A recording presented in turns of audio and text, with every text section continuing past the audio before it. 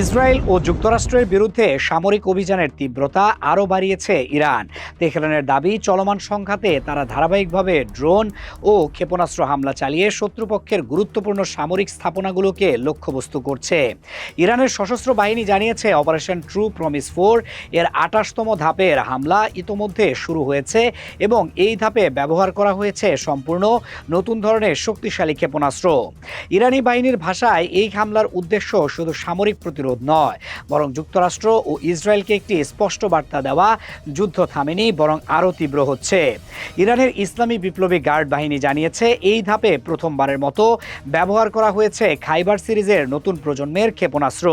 সামরিক বিশ্লেষকদের মতে, খাইবার সিরিজের এই মিসাইলগুলো অত্যন্ত শক্তিশালী ওয়ারহেড বহনে সক্ষম এবং শত্রুপক্ষের রাডার ব্যবস্থাকে ফাঁকি দিয়ে লক্ষ্যবস্তুতে আঘাত হানার জন্য বিশেষভাবে তৈরি। ধারণা করা হচ্ছে, এই মিসাইলের গতি শব্দের গতির 4 থেকে 5 গুণ পর্যন্ত হতে পারে এবং এর পাল্লা প্রায় 1450 থেকে 2000 কিলোমিটার পর্যন্ত। এর অর্থ, ইরানের ভেতর থেকেই সরাসরি ইসরায়েলের যে কোনো শহরকে লক্ষ্যবস্তু করা সম্ভব। ইরানের দাবি অনুযায়ী, সর্বশেষ হামলায় তেল আবিব এবং কৌশলগত গুরুত্বপূর্ণ শহর বীর আল সাবা লক্ষ্য করে খাইবার মিসাইল নিক্ষেপ করা হয়েছে। একই সঙ্গে জর্ডানে অবস্থিত যুক্তরাষ্ট্রের গুরুত্বপূর্ণ বিমান ঘাঁটি আল আজরাকেও লক্ষ্য করে আঘাত হানা হয়েছে বলে জানানো হয়েছে। তেহরানের ভাষ্য, এসব হামলায় মার্কিন সামরিক অবকাঠামোর উল্লেখযোগ্য ক্ষতি হয়েছে। ইরানের খাতাম আল আম্বিয়া কেন্দ্রীয় সদর দপ্তরের commander major general Ali Abdullahi আলিবাদী এক বিবৃতিতে বলেছেন, শত্রুপক্ষ ইরানকে থামাতে না পারা পর্যন্ত এই যুদ্ধ থামবে না।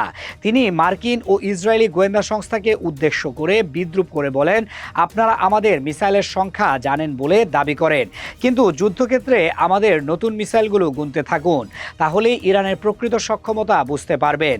তিনি আরও দাবি করেন, গত বছরের সংঘাতের পর ইরান তাদের প্রতিরক্ষা ব্যবস্থার সব দুর্বলতা দূর করেছে এবং এখন দেশটির অস্ত্র ভাণ্ডার আগের তুলনায় অনেক বেশি নিখুঁত ও ধ্বংসাত্মক।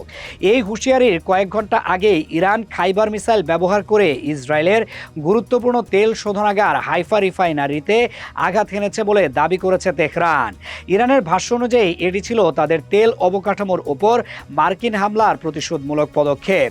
একই সময়ে ড্রোন ইউনিটের মাধ্যমে মার্কিন সামরিক অবস্থান ও পঞ্চম নৌবহরের ড্রোন জাহাজ কমান্ড ইউনিটেও হামলা চালানো হয়েছে বলে জানানো হয়েছে। সামরিক বিশ্লেষকদের আশঙ্কা, এই সংঘাত যদি আরও কয়েক সপ্তাহ ধরে চলতে থাকে, তাহলে পুরো মধ্যপ্রাচ্য অঞ্চল বড় ধরনের মানবিক ও নিরাপত্তা সংকটে পড়তে পারে।